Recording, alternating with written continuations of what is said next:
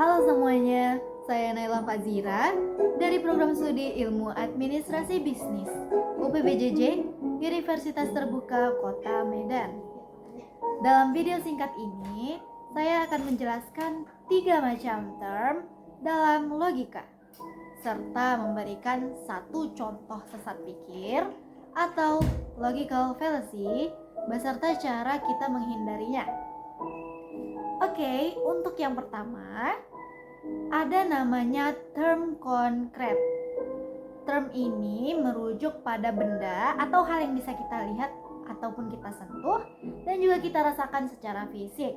Contohnya seperti buku, meja, sepeda, dan benda lainnya yang bisa kita temui sehari-hari dan bentuknya nyata.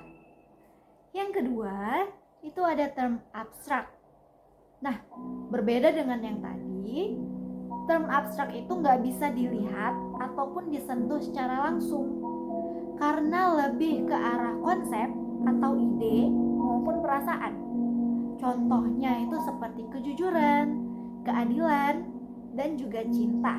Kita nggak bisa menyentuhnya, tapi kita tahu mereka itu ada dan penting dalam kehidupan.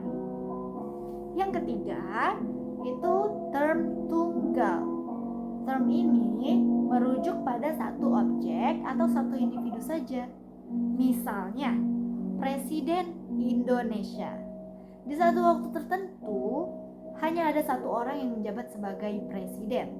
Jadi, ini bisa disebut sebagai term tunggal.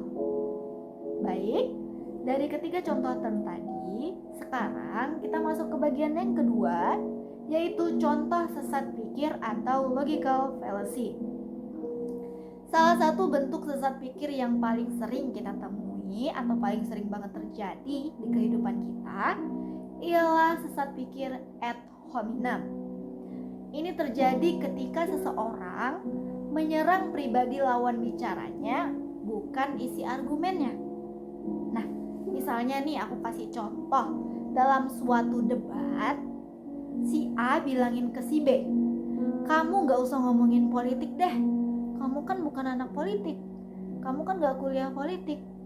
Padahal bisa aja si B ini, omongan si B itu benar meskipun dia bukan sarjana politik atau bukan anak kuliah politik. Bagaimana sih cara kita menghindari sesat pikir yang kayak gini? Yang pertama, kita harus fokus pada isi argumennya, bukan siapa yang menyampaikannya. Yang kedua, kita bisa mengasah kemampuan berpikir kritis kita dengan membaca, berdiskusi, dan terbuka pada berbagai sudut pandang orang-orang. Oke, itu saja yang bisa saya sampaikan pada tugas kali ini mengenai 3 jenis term dan juga satu contoh sesat pikir atau logical fallacy. Semoga penjelasan saya ini bisa bermanfaat dan mudah dipahami. Terima kasih sudah menonton.